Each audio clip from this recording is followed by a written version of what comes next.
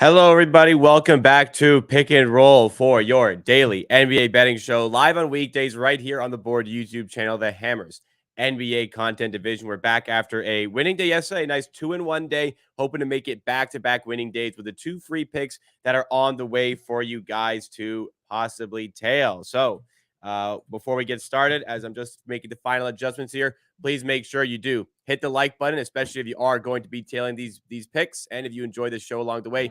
And also, please ensure you subscribe to the channel so you keep up to date with all of the content we have coming your way. Again, we're live every weekday morning for plays just like this. So, for starters, we have an SGP available at BetMGM as well as DraftKings, if that is more preferable to you. But the better price is going to be at BetMGM, not available currently at ESPN Bet. People watching later on in the day, please feel free to check there and see if they have the better price. And for the second play, we're going to Bet365 for a straight player prop. However, DraftKings and BetMGM have very similar prices. So if that is what's available to you, you can also play it there. So let's get into those picks here right after my final check. We're starting with that SGP. It's in the Celtics and Nuggets game at Denver, and it's plus 115 at BetMGM. It was just plus 105. Now we're getting plus 115. So if this does end up dropping right back down, plus 105 is still fine to take here. And if you have access to DraftKings, plus 100, also fine for this play. Jaylen Brown, under 23.5 points. Jamal Murray, 18 plus points. Again, it was just plus 105 like 3 minutes ago, now plus 115. So take the better price. And the live viewers, you have the opportunity to do so. Your reward for coming through, hanging out with us live here. The second play is in the Spurs and Kings game. This was the Bet365 play. It's minus 115 for Domantas Sabonis, over 20.5 points. If you don't have access to Bet365, no worries. Minus 120 at DraftKings and BetMGM. It was just minus 119 at Caesars as well. However, the lines are not active right now at Caesars for this game. If that comes back up, Caesars could still have minus 119 if you want to take it on over there. All right, let's go to the first play once again here in that Celtics and Nuggets game. Plus 115 for this one unit play. Pips, take us through the Jamal Murray and Jaylen Brown handicap. Yeah, so lately, we'll talk about it later, but defenses and refereeing in the NBA kind of improved. We are getting almost like playoff type refereeing, and we are getting defensive rating to fall off, and it's falling off quite some huge margins. If you take a look at the graphics, so here like defensive rating is getting way better over the last month, and the right one is free throw rate, and it's up to 13th of February. So I think that's the date I found. I think it's even going very lower over the last 2 weeks, especially post All Star. So yeah, I'm favoring. I'll try to find under whenever I can, and I'm favoring here Jalen Brown against the Denver Nuggets. And we can go back to the graph for this bet because this is like simple graphic for Jalen Brown when playing not terrible teams, so just filtered out games against the Pacers and Wizards, like five worst defensive teams in the league. And when he's playing with healthy roster, Porzingis, Tatum, White in, he is under this. He is averaging 18.3 points a game, which is far below this line. In a game against the Denver Nuggets, he scored earlier this season when they played. He scored 13 points for shooting, but still scored only 13 points. So like poor shooting will happen against the good defense. And for this game, he is also questionable, and the reason for it is like some strain. I don't know, sacroiliac strain. I don't know even what that means, but some injury problems. So if he's not 100% ready, that could also be a thing for betting an under. And if you take a look at the last game Denver played, they played against against the Suns, and Booker was out, and Bill as a second option scored only 16 points, even though the game went to the overtime. So they are defending those guys very well. We'll probably see Aaron Gordon against the Jason Tatum, and KCP, their second best defensive player, against Jalen Brown.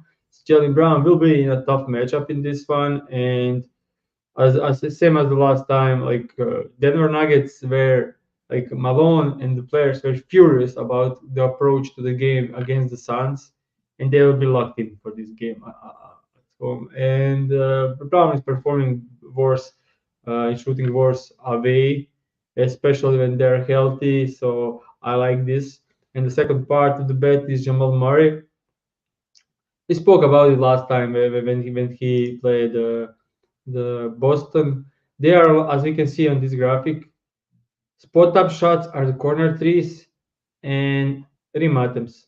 They are defending those well. So they what they are doing, they are allowing pull up shooting. Jamal Murray is one of the best pull up shooters. So they are allowed third most above the break, above average from mid range, above average from paint, non restricted area, above average to ball handlers, which makes sense because ball handlers are pulling up most of the time, and handoffs with Jokic will work great because he'll attack of the handoff. So yeah, last game against the Boston Celtics away, and Jamal Murray performed better at home, but away against the Boston Celtics, he had 35 points. And I think the Celtics were pretty happy with Denver scoring 100 points in that game. Okay, Jokic had huge game, Jamal Murray had huge game. No one else touched the ball the entire game. They were happy to defend 2-2 and taking contested mid-range shots from Jokic and Jamal Murray, and allowed only 100 points. So I think they will do exactly the same tonight, and we should see Jamal Murray in like 20 plus field goal attempts, with a couple of free throws. So it should be more than enough to score 20 or more points tonight.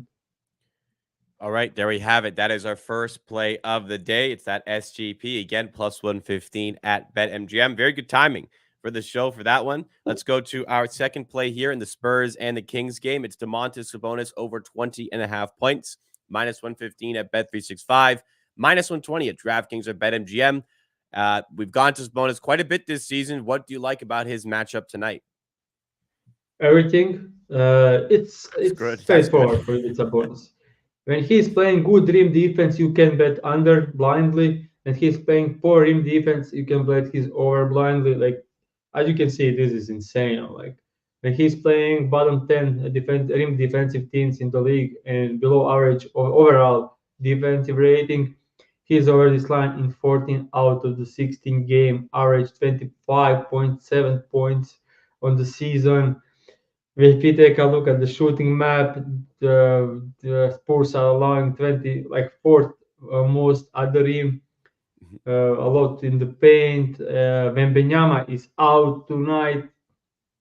And we take a look at the similar players, so big time center scorers. I would call this category skilled big.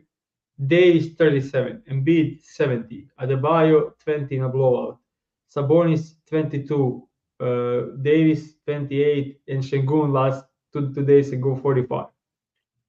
Thing is, that probably Zach Collins starting for Spurs with Wembanyama being out. I'll say Şengün scored like 20 points against Zach Collins, like in like 12 minutes in the last game. He is just not up there for the task to defend inside. So yeah, Sabonis should bully him. And they recently played with Wembanyama, and in a huge game where Fox scored like 45 points. And even in that game, Sabonis came up on the top with 22 points. So yeah, I like this stuff. I like this matchup. I think he can cover this in 3 quarters because yeah, this is a blowout possibility in this one. But Spurs without Wembanyama, the dream defense will be even worse. So I think even if it's a blowout, Sabonis still gets 30 minutes. In 30 minutes, this line should be up to taking for him against this kind of team. All right, so there we go on the plays for today. Two bets on the way for viewers to choose whether or not you would like to tail there.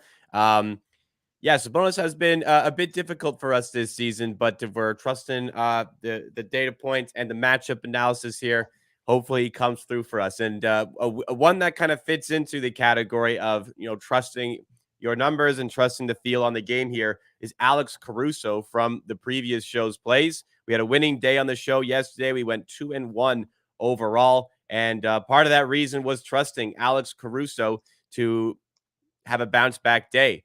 It's really struggled for us earlier in the week, but go right back to him on an over for PRA.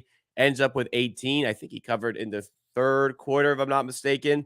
Paolo Banchero goes over 22 and a half points. Ended up being close, but I think he covered it with a comfortable amount of time remaining in the game. But the losing play here is on D'Angelo Russell over 17 and a half points.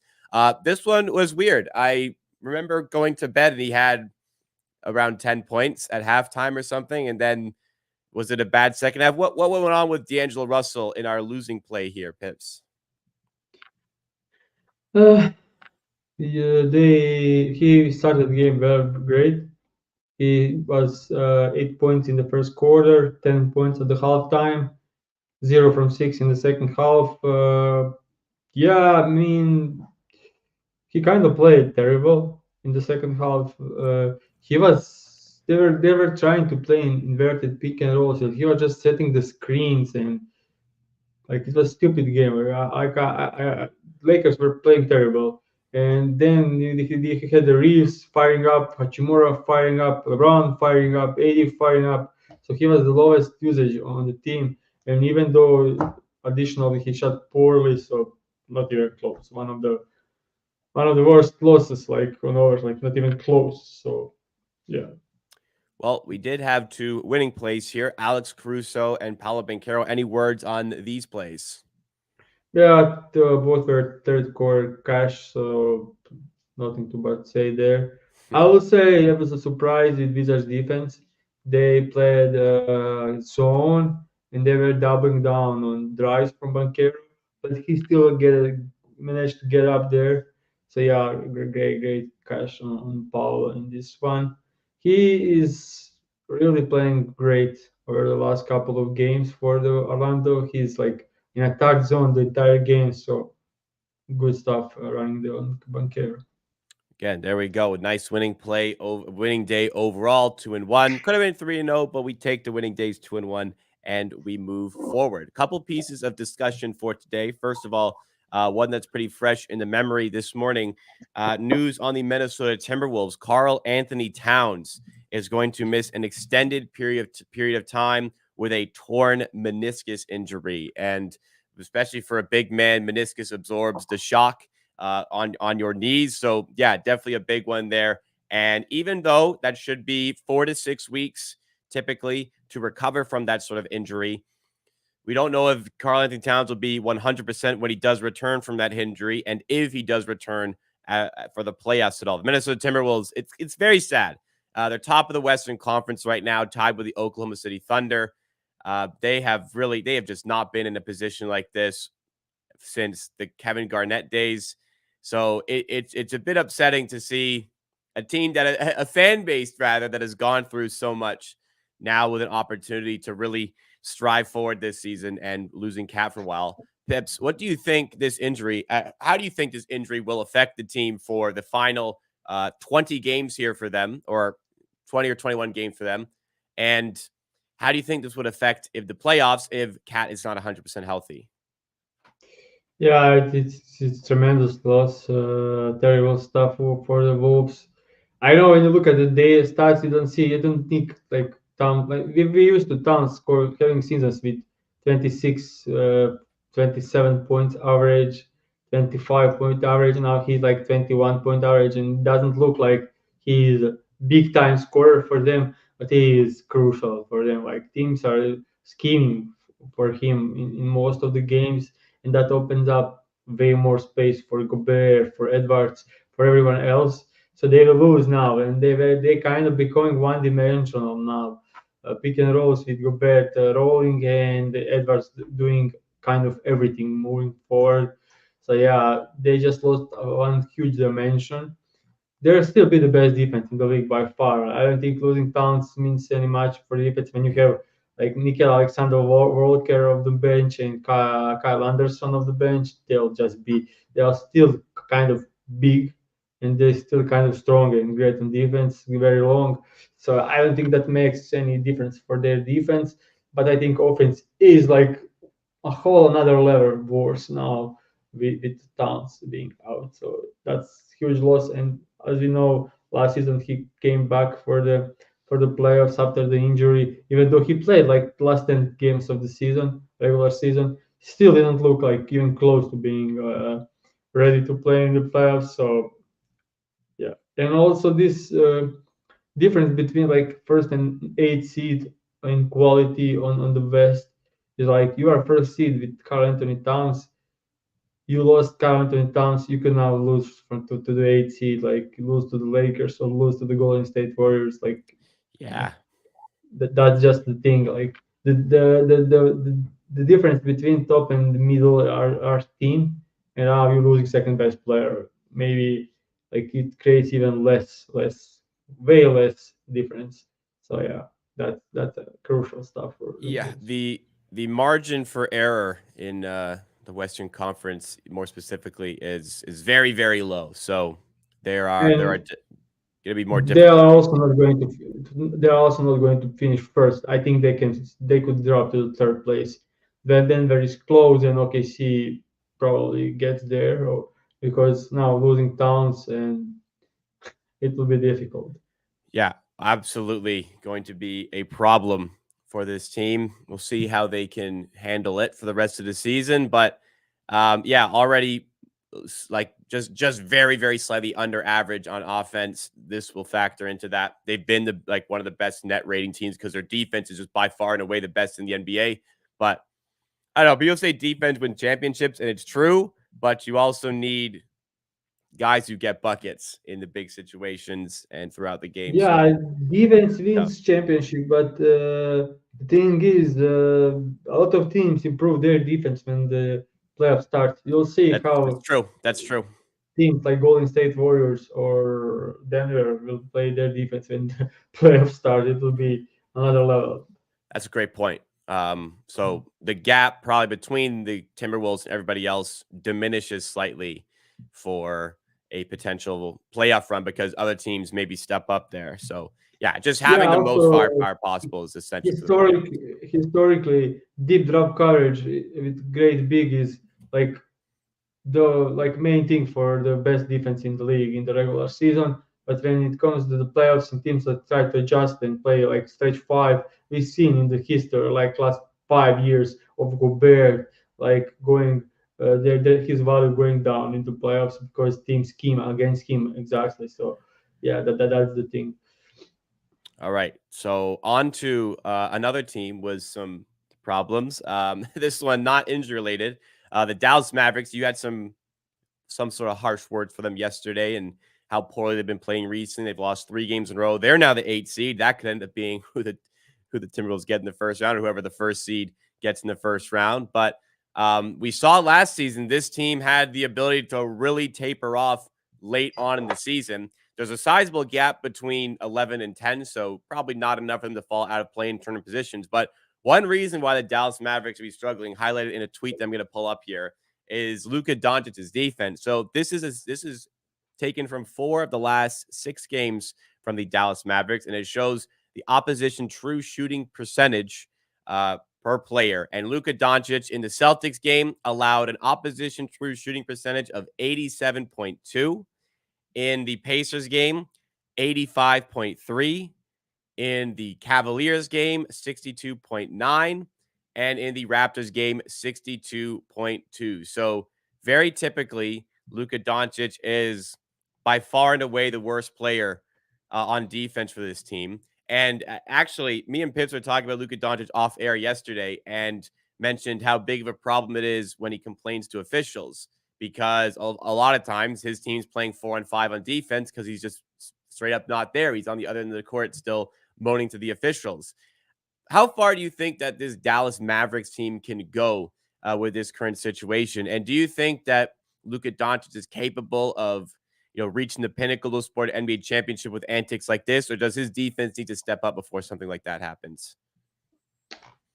Yeah, I mean, his defense. When I watched the game, I tested saying his defense improved. Then you look at these stats and you see like, yeah, he's terrible.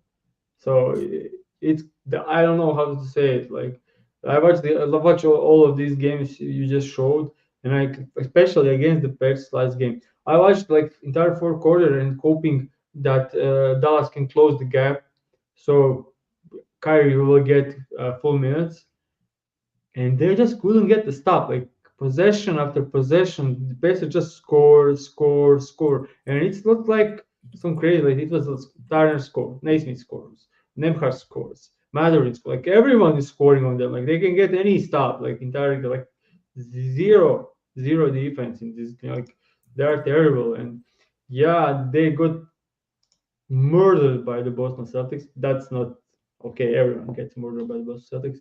Then they lose against the 76ers in Pacers at home, blown out by the Pacers, and lost against the 76ers without Embiid at home. Like this team is going down, and uh, Doncic needs to play in like some environment with like great defensive like 3 and D guys around him and like bigs that's like Gobert kind of type, huge rim runner like great lob threat that can help him in pick and rolls and also that can get stops on the other side of the court. So the like Kyrie Irving probably the like biggest fail of Dallas Mavericks. Like Porzingis was a big fail because and now they've gone to add Kyrie Irving and it's like my turn, your turn, my turn, your turn kind of offense because there is no flow with offense with Luka Doncic. Either he is on the ball or he is letting Kyrie be on the ball. So you are getting kind of the same offense the entire game.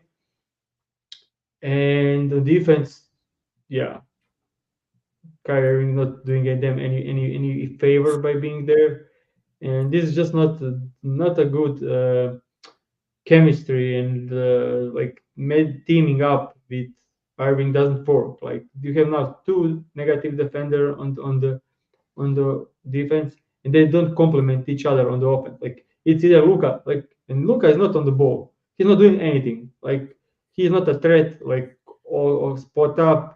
He's not like moving around. He's just standing there and letting Kyrie go on one or something, and then he takes the ball and Kyrie is playing spot up shooter. Like they are not complementing each other. Like when Luka Doncic off the ball, you get like that's like 10 million players, like 10 like role player, like there, like he's not a huge threat.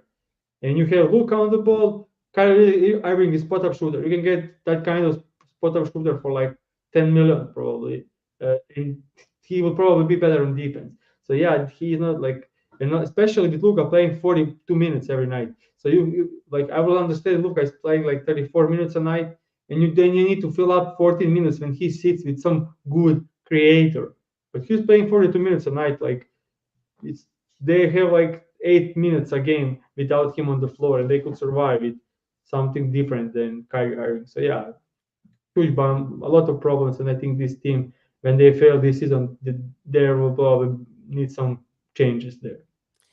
Yeah, part of it's got to be a bit on coaching as well. A lot of Mavericks fans, if you've been on Twitter the last few days, have been they don't like Jason Kidd, but people have been really turning on Jason Kidd as of late. How much do you think his presence factors into the team maybe underperforming?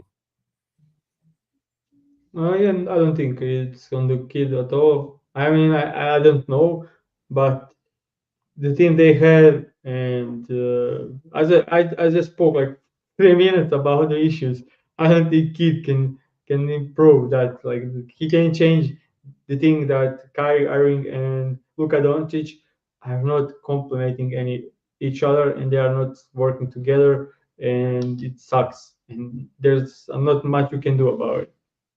Fair enough. So not much he could do.